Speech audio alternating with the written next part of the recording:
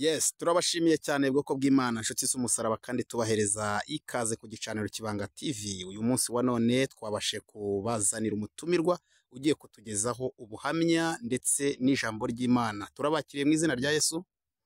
Murakoze cyane, natwe twakira ikaze muduhaye. Murakoze cyane. Nk'uko bisanzwe rero ku gicaniro Kibanga TV dusanzwe tubazanira ubutumwa Imana iduhaye kugira ngo tubuganireho, duhugurane, bugireho budukura, bugireho butujyana. Ariko uyu munsi wa none twabazaniye umutumirwa wishimiye kuganira n'ubwoko bw'Imana bukurikirana igicaniro Kibanga TV. Ndizera ko muri hafi, ndizera ko waba warakoze subscribe, warakoze like cyangwa se comment, share, byose ukwiriye kuba wabikora, utarabikora wanabikora. Uyu munsi rero nk'uko bisanzwe tumaze kwakira uyu mutumirwa, reka nawe tumuhereze ikaze byimazeyo, ubundi yidagadure atubwire icyo yaduteguriye uyu munsi wa none. Nikaze bwoko bw'Imana nshuti y'umusaraba, kandi ubanze udusengere kugira ngo dutangire nk'uko umuco w'ivugabutumwa ubanzizwa no gusenga, ubundi abantu babone uko badukurikirana ariko babanjirijwe n'isengesho. Murakoze. Murakoze cyane, reka tubanze dusenge Imana kugira ngo tubone twinjire mu buhamya ndetse no mu bindi twabateguriye. Mana yacu, Uwiteka Muremyi w'ijuru n'isi, turagushimiye kuri uyu mugoroba. Uri Imana nkuru, uri Imana ikomeye, uri Imana nziza, uri Imana yadukunze urukundo rutangaje, kuko waduhaye Yesu kugira ngo aducungure. Ni urukundo ruhebuje byose, kuko Yesu niwe waducunguje urupfu rubi rw'umusaraba kugira ngo dukurwe mu byaha. Aho Satani yari atwiciye, Yesu araducungura dukurayo tuba bazima. Turagushimiye Data ko wadukunze ukaduha Yesu akabambwa ku bwacu, twe tukabamburwa uyu munsi tukaba turi bazima, turi abagabo bo guhamiririza imbaraga zawe n'urukundo dukunda. Warakoze, wagize neza.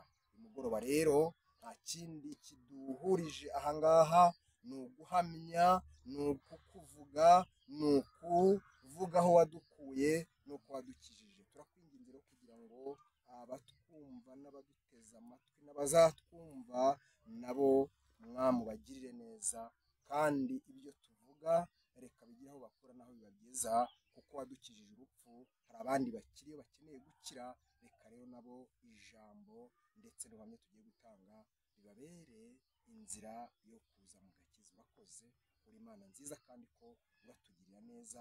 Bana natwe mu mwanya tugiye kumarana, kandi kuva dutangiye kugera dusoje ukomeze kudushyigikira, kandi ukuboko kwawe kwiza kubaye natwe mu izina rya Yesu, amen. Yes, murakoze cyane kuturagiza Imana, kudushyira imbere y'Imana kugira ngo ibikorwa tugiye gukora, ikiganiro tugiye gukora kivugabutumwa kibashe gushyigikirwa n'amaboko y'Imana ava mu ijuru. Nk'uko bisanzwe umutumirwa yagiye kuganiriza abantu, arabanza akabibwira. Ndumva mwabanza mukibwira abagiye kudutega amatwi, mukajya mwadusangiza ibyo mwaduteguriye, Imana yabashyize ku mutima. Murakoze. Murakoze cyane kuduha ikaze ku gicaniro Kibanga TV. Twishimiye kubana namwe, kandi twishimiye gusangira ibyiza Imana yaduhaye kuri uyu mugoroba. Amazina yanjye rero nitwa Ikimanishaka Sipiriyani, hanyuma ndi umugabo w'abana 4 n'umudamu, umukristo mu itorero rya Pentecote ry'u Rwanda, nsengera muri paruwasi ya Kinyinya, hanyuma mudugudu wa Karama, cyangwa se icyo bise itorero muri iyi minsi ni rya Karama.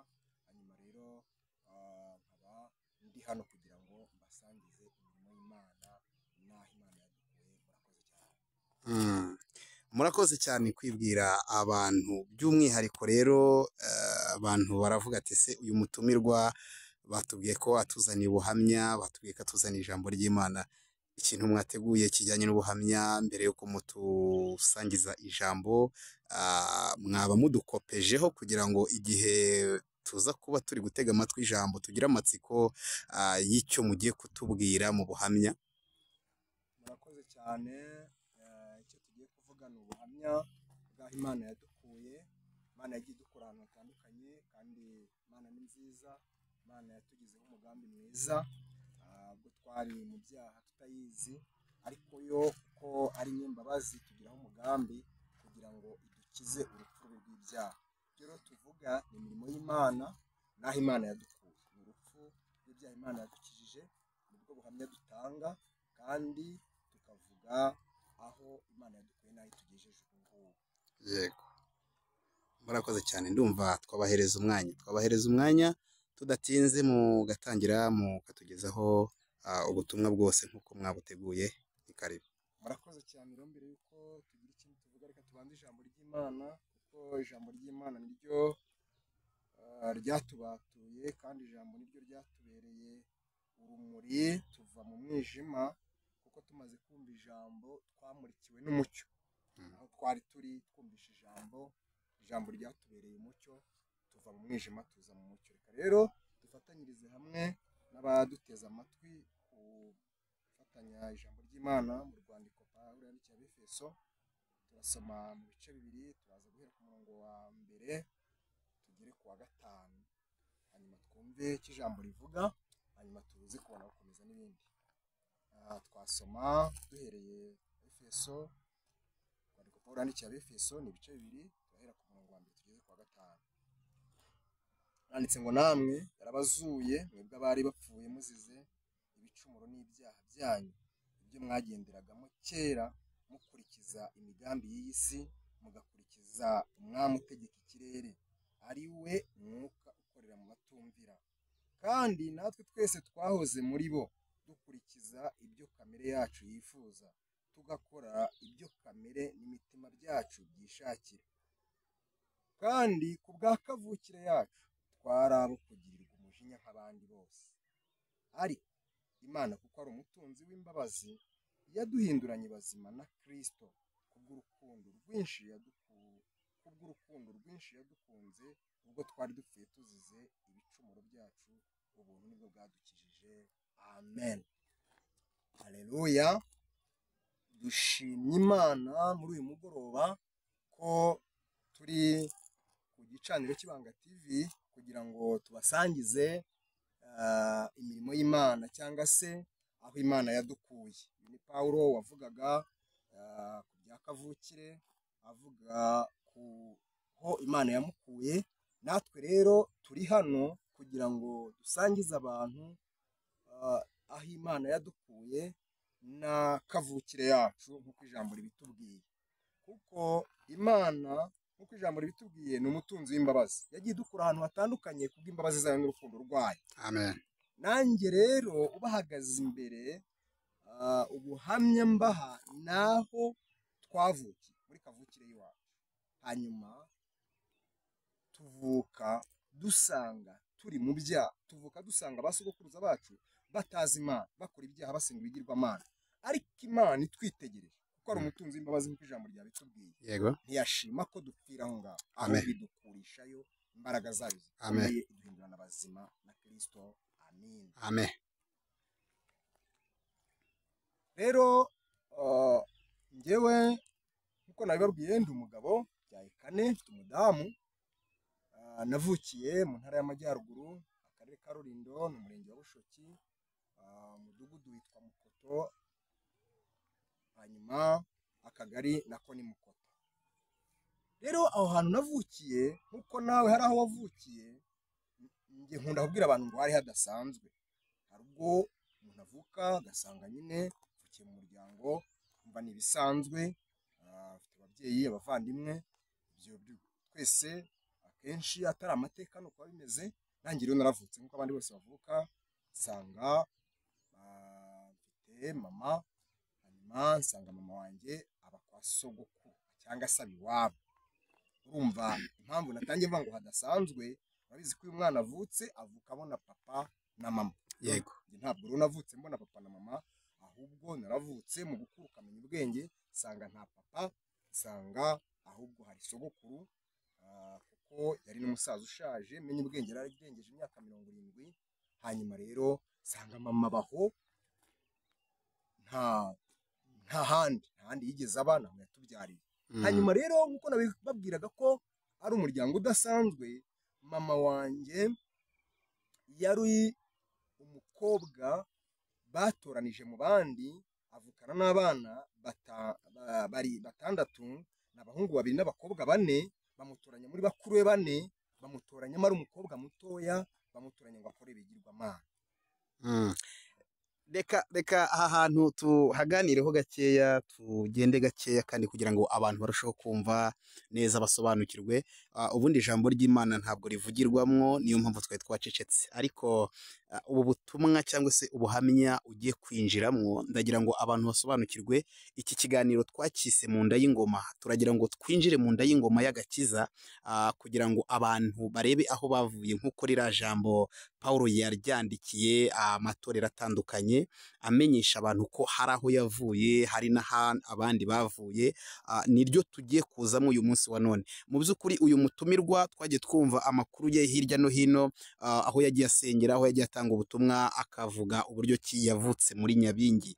Nawe ushobora kuba waravutse muri Nyabingi cyangwa se uyikoreramo uyu munsi wa none, cyangwa se ukiyikorera, ariko amahirwe twagize ni uko twasanze uyu nguyu yararokotse. Mu by'ukuri mutega amatwi mwiyumvire uburyo ki yavutse muri Nyabingi, aragenda ababwira akantu ku kandi muri buze gusobanukirwa. Nimukomeze, murakoze cyane.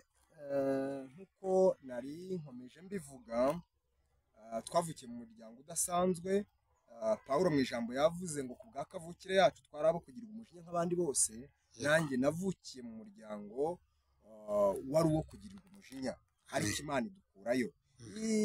Ibyo rero nari nkomeje mbabwira, mama wanjye yari yaratoranyijwe mu bandi bakobwa kugira ngo azabe umukozi wa Nyabingi ubuzima bwe bwose, ndetse usibye we n'abana abyaye. bivuze ngo uko yari yatubyaye natwe twagombaga kumusimbura gukorera ibyo bigirwamana. Yatoranijwe mu bakuru be 4, 3 barashyingirwa, uwasigara iwabo atoranywa ari umukobwa mutoya kugira ngo ajye akorera Nyabingi kuva ku iyo myaka kuzagera ashaje. Ubwo tuvuka dusanga nuko biri, dusanga tuba kwa sogokuru. Mama wacu ni umukozi wa Nyabingi kuva mu gitondo kugera nimugoroba, kuko yagomba kwita ku byankenerwa byose. Reka mvuge ngo yari nk'umutambyi wayo ugomba gukora byose kuva mu gitondo kugera nimugoroba. Kira aho ngaho rero kavukire yacu dusanga niyo ngiyo, kandi murabizi neza mu Kinyarwanda bavuga ngo ntawe uhitamo ahavuka, twisanga aho ngaho. Hanyuma rero mama wacu wagira amatsiko kabaza uti se bundi iyo ngeze ahambwira abantu benshi ubundi burya bavukiye mu bantu basenga ibigirwamana, ariko ntabwo bajya babimenya kubera ko abantu benshi barabihisha. Rero twagize umugisha wo kubikurikirana turi batoya, urumva maze kuvuka mvukiye aho hantu, menya ubwenge, sanze nta papa, sanze turi kumwe na mama, byanteye amatsiko. Ute nta papa, ute tuba kwa sogokuru. Noneho ikiruseho mama wanjye nkabona hari ibikorwa akora, kuko twaravutse aratubatisha, twarabakatolike, ariko uko ngenda nkura nkabona bitandukanye n'ibyo numva n'ibyo mbona biri gutandukana. Kuko twajyaga mu misa, tujyana mu misa, twavayo ku mugoroba tukatujyana mu ngoro ya Nyabingi gutaramira Nyabingi. Ese kuko nari mfite na pare, najya kwa pare umugoroba tugasenga, tukaryama, twabyuka tugasenga. Nataha iwacu nkasanga suko aho gusenga nimugoroba tujya mu ngoro ya Nyabingi. Hanyuma rero ibyo bintu bintera, reka mbyita urujijo, ariko urujijo rwo gushaka gusobanukirwa ndi mutoya. Bikantera rero kwegera sogokuru. Urabona uyu mwana ari mutoya, hari ukuntu akunda kwegera sekuru akamubaza, nanjye nako nakubaza sogokuru. Noneho kambwira, yari umusaza umaze gusaza ariko dukundana, kambwira ati niyo mana yacu, niyo mana ya data, ya sogokuru, niyo mana yacu, kandi mama wawe ni umukozi wayo. Urumva yenda mama wanjye kuko nari mutoya, iyo namubazaga yarantwamaga. Ariko uko ngenda nkura, reka mvuge ngo ngira umugisha wo kumenya ibyo bintu ibyo ari byo, kuko nitayeho kubimenya. Rero twebwe twari abantu babibamo ku manywa na nijoro, kuko urumva twabyawe n'umutambyi wa Nyabingi. Kugira ngo abantu babyumve b'Abakristo badukurikiye, reka tubyite umutambyi cyangwa se tuvuge umukozi, nk'uko tuvuga abakozi b'Imana cyangwa se abantu bakorera Imana. Nawe yari umukozi wayo, ni nk'umuhesha w'umugisha. Kuko ambwira ko yambye afite imyaka 27, yari amaze imyaka 11 akorera Nyabingi ku manywa na nijoro, kuko yatangiye kubikora afite imyaka 16. Rero urumva byari ibintu bikomeye cyane, ariko ngira umugisha wo kugenda mbyitaho, kuko nakoranye urujijo nkabaza kumenya. Hanyuma rero urumva nimugoroba twaratarama tondo mama wacu ubwo niba nta yindi mirimo twe tukajya kwiga ariko inshuro nyinshi yajyaga kuraguza abantu bashobora kwibaza ngo kuraguza no guterekera bihurira he n'ibintu bihura kuko buriya abantu barabyitiranya nubona umuntu ujya mu bapfumu burya no guterekera aba yaterekeye ko ibyo umupfumu yagutegetse n'ibyo ukora mama wacu cyatumaga akunda kujya mu bapfumu cyane nuko yabaga agira ngo amenye icyo akwiriye gukora urumva yari afite umurimo wo gukorera bigirwamana ariko yabaga ashaka gusobanukirwa nkwiye gukora iki kugira ngo bigende neza nta wundi wabaga kumusobanurira ni umupfumu ubwo rero nuzabona umuntu wagiye mu mapfumu no guterekera yaterekera kuko icyo umupfumu yagutegetse n'icyo ukora yego ubwo rero abantu baduteze amatwi nagira ngo ibi bintu babyumve neza kuko abantu benshi babivukiyemo Pawulo yavuze ngo gakavukire yacu twarabo kugira umujinya nk'abandi bose hari kavukire twavukiyemo tutazi bene data ariko hari mu rupfu ariko Imana kuko ari umutunzi w'imbabazi iduhindurana abazima na Kristo niko ijambo ryatubwiye rero natwe twavukiye aho dukuriraho tugataramira Nyabingi mama wacu akajya kuraguza akaza hakaba igihe mu gitondo cya kare azindutse atanga inzoga mbese ibyo umupfumu yamutegetse ubundi yajyaga ku mupfumu kugira ngo amenye uko anoza uwo umurimo yategetswe cye yashinzwe awunoza kuko nkiraha nsobanurira abantu babwira ngo gukorera Nyabingi bitandukanye nuko mukorera Imana mukora ibyo mwishakiye iyo utambitse gato irakubita ntabwo ibabarira mbifitiye gihamya kuko nibyo navukiyemo yego iyo mama wacu yashobora kubikora neza niba mubwiye gutanga inzoga y'urwagwa irimo ubuki akaba yazana urwagwa rutarimo ubuki yagomba kubenera igihano byanze bikunda ntabwo ari bya bindi tujya imbere y'Imana ngo mbabarire yego kwa Satani nta mbabazi amen Imana mujye muzuba amen nizo Imana yatugiriye yego ariko kwa Satani nta mbabazi zibayo murakoze cyane ubuhamya bwawe buraryoshye umuntu yakomeza akabwumva ariko hari abantu baduteze amatwi hari ijambo wigeze uvuga ngo abantu benshi bakorera Nyabingi bamwe na bamwe bakazigumamwo bakazisengana bakazishyingiranwa bakagira gute kugira ngo bataza gutambikiza sibyo kubw'iryo jambo uvuze mu kanya ndihuze n'iryo rya mbere iyo watambikije urahanwa none nk'umuntu wabaye muri izi Nyabingi igihe kirekire ukaza kugirirwa umugisha wo kuzisohokamwo wenda aho nturahagera ngo hatubwire ariko impamvu mbivuga uhagaze imbere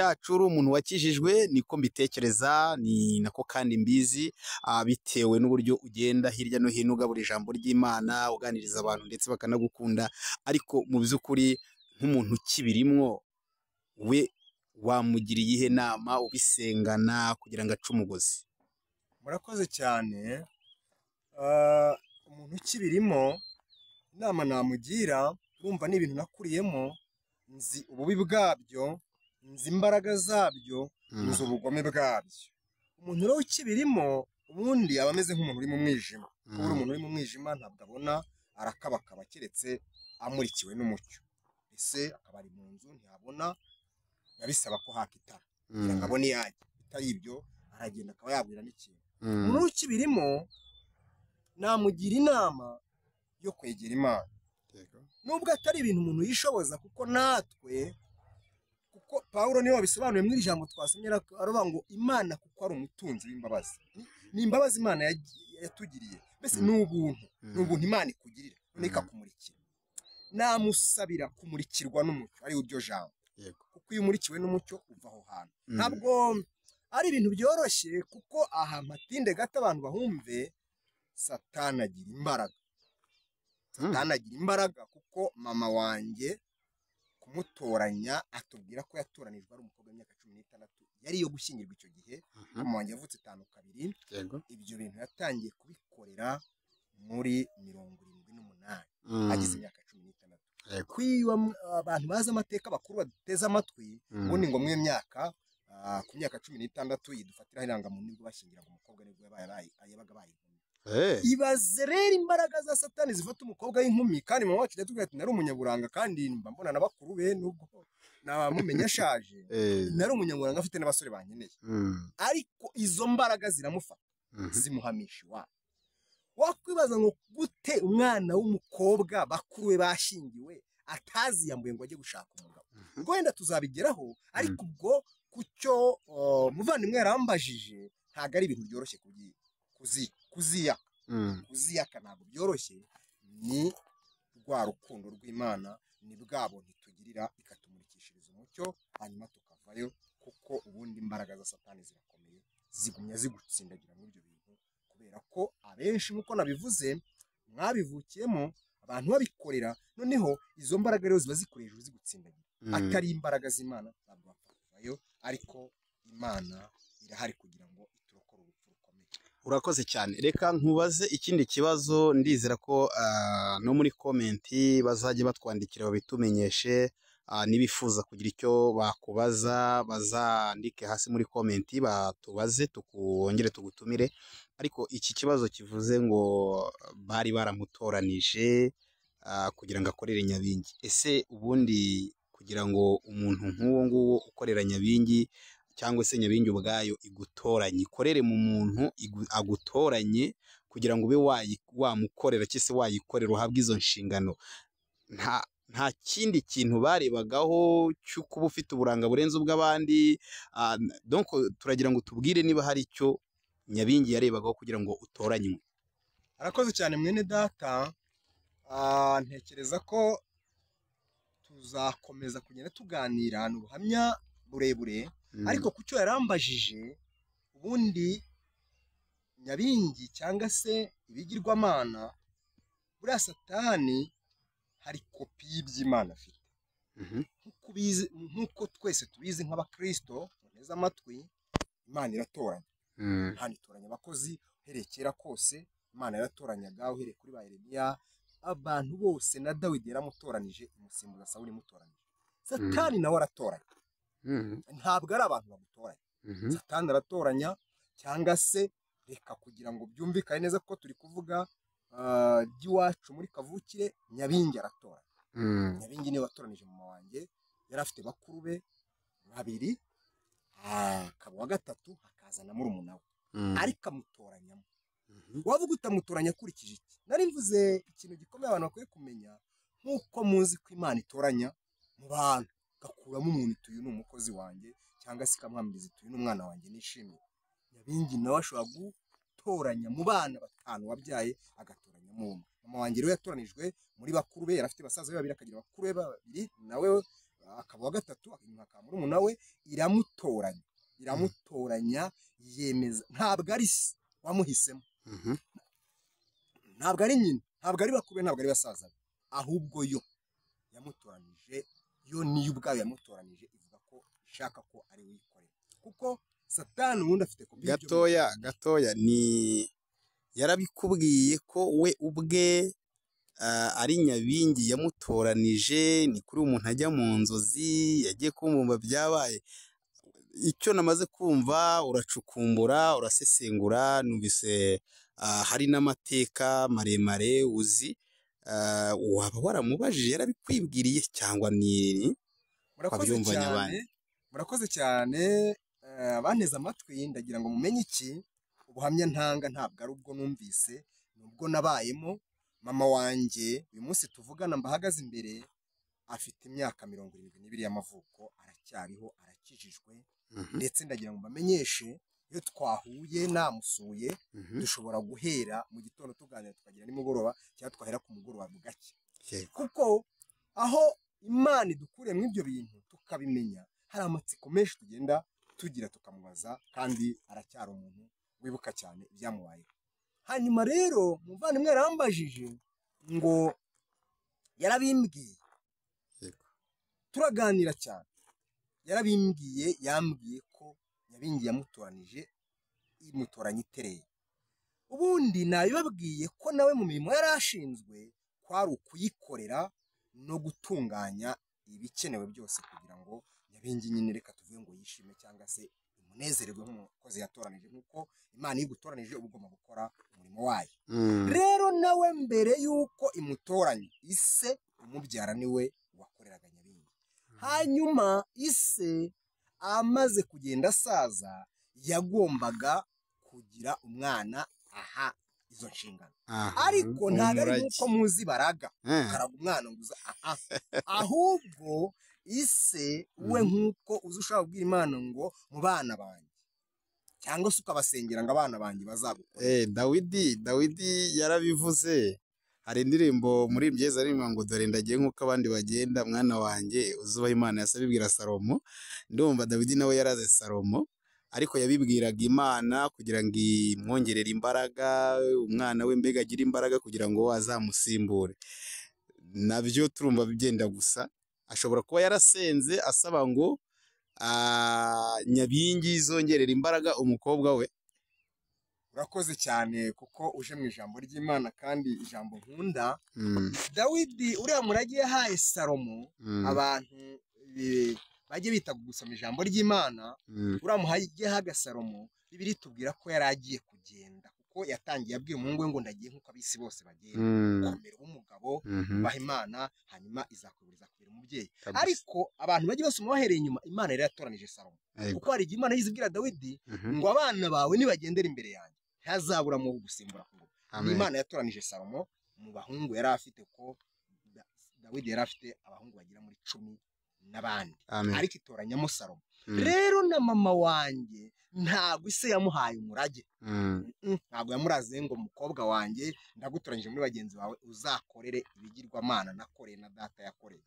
Oya, ahubwo nk'uko uzi dushobora gusenga Imana ngo yihitiremo abasenga Nyabingi nabo cyangwa se abayikorera, habaho igihe noneho bakayibwira bati dore abana banjye bari imbere yawe utoranye. Haba rero ubwo tuzagenda tubigeraho, hari ibimenyetso bitangwa by'uwo yahisemo. Mama wanjye rero nuko yatoranijwe muri bakuru be no muri basaza be, kuko Satani nawe aratoranya nk'uko Imana itoranya. Nuko bigenda. Murakoze cyane ku buhamya bwiza muduhaye. Igice cya kabiri cy'ubuhamya kimeze gute, mwakumbuza abantu? Murakoze cyane. Nababwira ko abantu bakomeza kuba hafi bakadutega amatwi, kuko ubu buhamya tuvuga aho Imana yadukuye ni kavukire yacu, kandi nk'uko natangiye mbivuga buri muntu wese afite aho yavukiye. Ariko mu bintu bibabaje abantu benshi baba baravukiye mu bintu ntibabimenye.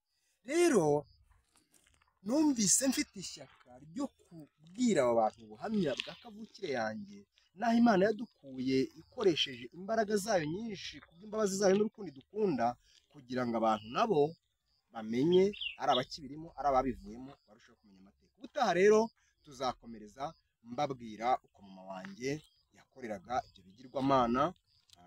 Yaratoranijwe arabikorera, ari umukobwa, aratubyaye. Rero urumva yagombaga natwe kudutoza kuzabikorera. Urumva ubutaha niho tuzakomereza adutoza natwe kuzakorera ibyo bigirwamana, maze kumenya ubwenge nyine yaradutoza kuko tuzajya dukora nuko nguko. Urumva ari aho tuzakorera. None yagutoje uko muzakorera Nyabingi ahubwo Imana igutoza uko uzayikorera. Bivuze ngo waciye ukubiri nawe ubwiwe yaciye ukubiri n'ibyo yiyemeje. Bakunzi rero bakurikirana igicaniro cy'Ibanga TV, ngira ngo mwabyumvise, umutumirwa wacu mwamwumvise.